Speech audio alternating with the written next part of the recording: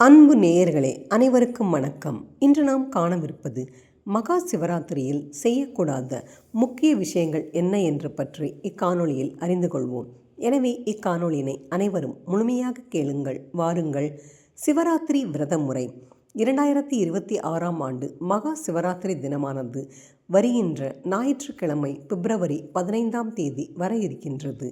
அன்றைய தினம் நாம் எவ்வாறு விரதமிருந்து பூஜை செய்து வழிபட வேண்டும் என்றும் அதனால் கிடைக்கும் பலன் என்ன என்றும் நாம் இக்காணொளியில் அறிந்து கொள்வோம்.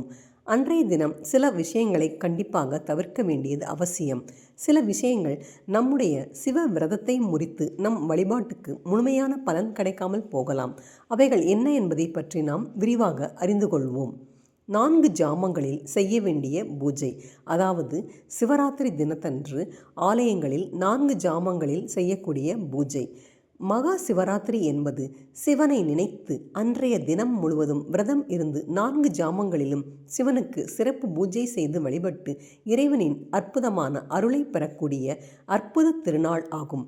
இந்த நாளில் நாம் 4 ஜாமங்களில் செய்ய வேண்டிய அபிஷேக, அர்ச்சனை, ஆராதனை என்ன என்றும் செய்யக்கூடாத முக்கிய விஷயங்கள் என்ன என்றும் அறிந்து கொள்வோம். முதல் ஜாமம் செய்ய வேண்டியது பஞ்சகாவிய அபிஷேகம், சந்தனப்பூச்சு, வில்வம், தாமரை அலங்காரம், அர்ச்சனை, பச்சை பயிறு பொங்கல் நிவேதனம் செய்ய வேண்டும். ரிக்வேதத்தை பாராயணம் செய்ய வேண்டும். சிவராத்திரி பூஜையில் 2ஆம் ஜாமத்திற்கான பூஜை.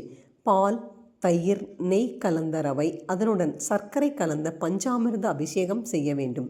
பச்சை கற்பூரம், பன்னீர் சேர்த்து அரைத்து சாத்த வேண்டும். பின்னர் துளசி அலங்காரம், வில்வ அர்ச்சனை, பாயாசம் நிவேதனம், யஜுர்வேத பாராயணம் செய்ய வேண்டும்.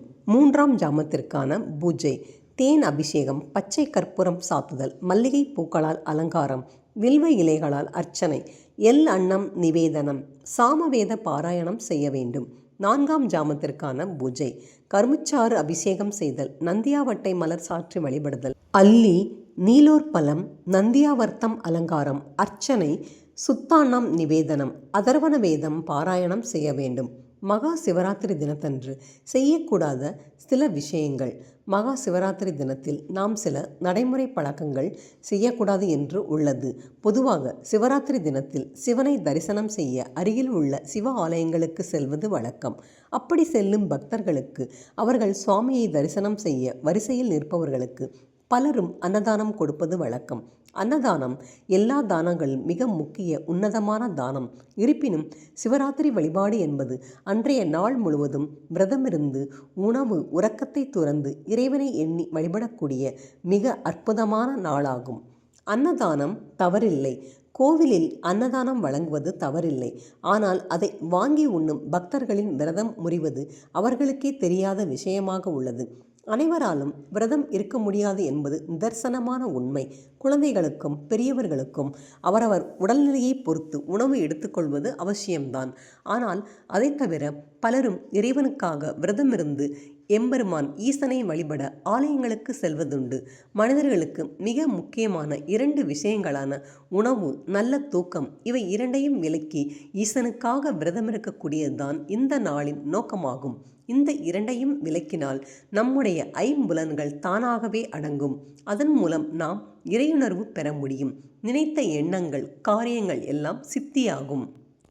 சிவராத்திரி விரதமும் வைகுண்ட ஏகாதசி விரதமும் இதே போன்ற நோக்கத்திற்காகத்தான் கடைபிடிக்கப்படுகின்றது. சிவராத்திரி தினத்தில் நாம் செய்ய வேண்டியவை.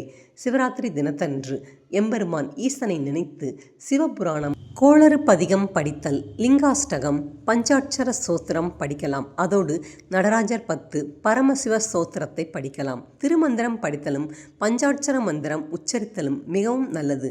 மற்ற நாட்களில் பஞ்சாட்சர மந்திரத்தை உச்சரித்தால் கிடைக்கும் பலனை காட்டிலும் சிவராத்திரி தினத்தில் உச்சரிக்க 100 மடங்கு அருட்கடாட்சம் கிடைக்கும். சிவராத்திரி அன்றைய தினம் மாலை 6 மணிக்குள் குளித்து சிவாலயத்திற்கு செல்ல வேண்டும். பணிக்கு செல்பவர்கள் பணி முடித்து திரும்பியதும் குளித்து ஆலயத்திற்கு சென்று ஒரு இடத்தில் அமைதியாக அமர்ந்து சிவ சிந்தனையில் தியானம் செய்தாலே போதுமானது. சிவநாமத்தை அன்றைய தினம் முழுவதும் நம்முடைய மனதிற்குள்ளாக பல பணிகள் செய்தாலும் உச்சரிப்பது மிகவும் நல்லது. என்ன நேயர்களே, இக்காணொளி பிடித்திருந்ததா? இக்காணொளியினை அனைவரும் முழுமையாக கேட்டிருப்பீர்கள் என்று நினைக்கின்றேன். இக்காணொளி வாயிலாக நாம் சிவராத்திரி தினத்தில் செய்ய வேண்டியது மற்றும் செய்யக்கூடாது பற்றி அறிந்து கொண்டோம். இக்காணொளி அனைவருக்கும் பயன் தரக்கூடிய ஒன்று. எனவே தாங்கள் கேட்டதோடு மட்டுமல்லாமல் மற்றவர்களுக்கும் பகிர்ந்து அவர்களும் பயன் பெறட்டும். சிவராத்திரி தினத்தன்று எது செய்ய வேண்டும், எது செய்யக்கூடாது என்று இக்காணொளி மூலம் அறிந்து கொள்ளட்டும். இக்காணொளியினை முழுமையாக கேட்ட அனைவருக்கும் மிக்க நன்றி, வணக்கம். மீண்டும் நாம் இதே போன்றதொரு சிறந்த காணொளியில் சந்திப்போம். நன்றி.